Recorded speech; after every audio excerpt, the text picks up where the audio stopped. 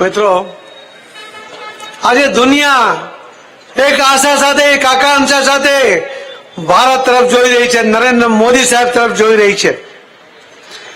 આપણા કરતા પણ સારા રોડ, સારા ઇન્ફ્રાસ્ટ્રક્ચર વિદેશોમાં છે, પણ નરેન્દ્ર મોદી સાહેબે જે રીતે ડેવલપમેન્ટ કે વિકાસની વાતો કરીને આગળ વધી રહ્યા છે, એમની ઝડપ જોતા, એની ક્વોલિટી જોતા દુનિયાને પણ લાગે છે કે ભારત અમારા બધાથી આગળ નીકળી જવાનું છે.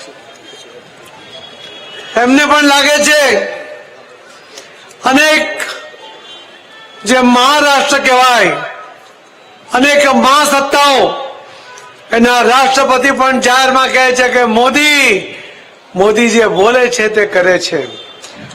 મોદી જે બોલે પથ્થર પર લકીર હોય છે. સારી તો પડે યાર, આવું મોદી માટે છે, મારા માટે નહીં. આ મોદીજીએ જે વિશ્વાસ ઉભો કર્યો છે રાજકીય કાર્યકર્તા કે રાજકીય આગેવાનોને, વિશ્વસનીયતા કોંગ્રેસના કારણે ઘસાતી ગઈ હતી. અભી બોલા અભી ભોગ, જે વચન આપવું તે તો કરવું જ નહીં, એ પ્રકારની માનસિકતા વાળા જે કાર્યકર્તાને આગેવાનો ત્યાં હતા, એના કારણે કાર્યકર્તાઓની અને આગેવાનોની વિશ્વસનીયતા ઘટી ગઈ હતી. આદરણીય મોદી સાહેબે આ વિશ્વસનીયતા પાછી લાવ્યા છે. જે મોદી બોલે છે, કરે છે, મોદી કી ગેરંટી એટલે પાકે ગામની ગેરંટી, એ મોદી સાહેબનો શબ્દ છે. અને એ જ મોદી સાહેબની આ ગેરંટી આજે આખા દેશના લોકોના મનમાં એ ગેરંટી છે કે મોદીજી આવશે, આ દેશનો વિકાસ કરશે, ગુજરાતનો વિકાસ કરશે, રાજુલાનો વિકાસ કરશે, અમારી આવનારી પેઢીનો વિકાસ કરશે, અમારી આવનારી પેઢી પણ સુરક્ષિત થઈ જશે. અને એટલા માટે મોદી સાહેબની સાથે જોડાઈ રહ્યા છે. મિત્રો, મોદી સાહેબે 4 સંકલ્પ કર્યા. માધવસિંહ સોલંકી, તમને યાદ હશે, 1984માં ખામ તેરી અપનાવી ગુજરાતની અંદર જાતિવાદ ફેલાવ્યો, ભાગલા પાડ્યા. ઇલેક્શન તો જીત્યા, પણ 6 મહિના પણ રાજ નહીં કરી શક્યા. મોદી સાહેબે જાતિ, ભાષા, પ્રાંત, જ્ઞાતિના બદલે એમણે અલગ પ્રકારનો સંકલ્પ કર્યો. એમણે સૌને સાથે જોડવાનો સંકલ્પ કર્યો. અને 4 એમણે જે ભાગ કર્યા, એમાં એમણે પહેલો ભાગ કર્યો મહિલાઓનો. ત્યાં દેશની મહિલાઓને અધિકાર આપવાની જવાબદારી એ મોદી સાહેબે સ્વીકારી. ગુજરાતમાં હતા ત્યારે તાલુકા પંચાયત, જિલ્લા પંચાયત, નગરપાલિકા, મહાનગરપાલિકામાં 50% સીટો પર બહેનોને રિઝર્વેશન આપ્યું. એના કારણે અનેક જગ્યાએ આજે બહેનો પ્રમુખ બનીને, કારોબારી ચેરમેન બનીને, ચૂંટાઈને પ્રતિનિધિને બેઠી છે. પણ મોદી સાહેબ જયારે વડાપ્રધાન બન્યા પછી 100 વર્ષ પહેલા ગુલામીનું પ્રતીક એવું લોકસભાનું બિલ્ડિંગ એને બદલવું છે, એવો વિચાર ક્યારેય કોંગ્રેસને આવ્યો નહોતો. મોદી સાહેબને આવ્યો. મોદી સાહેબે 30 મહિનાનું કામ 27-28 મહિનામાં પૂરું કરીને નવી લોકસભાનું ભવન નિર્માણ કર્યું. ન ભૂતો ન ભવિષ્યથી એવું સુંદર એ ભવનના નિર્માણ પછી એ ભવનની અંદર પહેલો ઐતિહાસિક નિર્ણય કર્યો.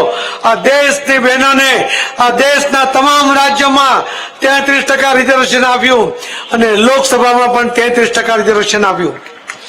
આવો અધિકાર કોઈ આપ્યો તે મોદી સાહેબે આપ્યો. અવકાશ હોય, આકાશ હોય, પૃથ્વી હોય, પાતાળ હોય, સેનાદળ હોય, વાયુદળ હોય, નૌકાદળ હોય, દરેક જગ્યાએ સુરક્ષા માટે બહેનોને નેતૃત્વ આપ્યું. 26મી જાન્યુઆરીએ 11 જેટલા જે પ્લાટૂન હતા, એમાંથી 10 પ્લાટૂન એ બહેનોના હતા.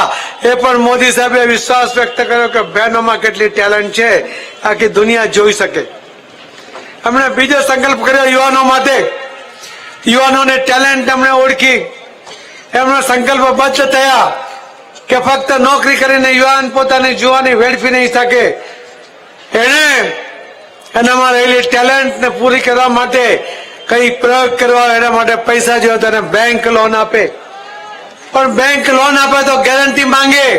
ત્યારે મોદી સાહેબે કહ્યું કે આ દેશના યુવાન ઉપર મને વિશ્વાસ છે એમણે કહ્યું કે આ દેશના યુવાનોને લોન આપો, વગર વ્યાજની આપો, એનો ગેરંટર હું છું, નરેન્દ્ર મોદી છું. આખા દુનિયામાં કોઈ પ્રધાનમંત્રી કે રાષ્ટ્રપતિએ એ દેશના યુવાનો માટે ક્યારે કોઈ ગેરંટી નથી આપી. નરેન્દ્ર મોદી એ પહેલા પ્રધાનમંત્રી છે કે દેશના યુવાનોની ગેરંટી આપી.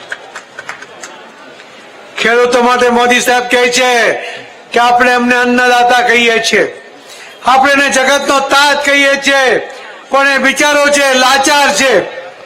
નાની મદદ માટે પણ મામલતદાર કક્ષાના અધિકારીને અરજી કરવી પડે કે સાહેબ શ્રી મહેરબાન, મને આ તકલીફ છે, મને મદદ કરો. આવી લાચારી ખેડૂતની ના હોય, એને અન્નદાતા કહેતા હોય એની ના હોય. પહેલી વાર આ દેશમાં કોઈ સરકારે ખેડૂતો માટેની સીધી યોજના બનાવી, એ નરેન્દ્ર મોદી સાહેબે બનાવી. દરેકના ખાતામાં 6,000 રૂપિયા દર વર્ષે સીધા જમા કર્યા.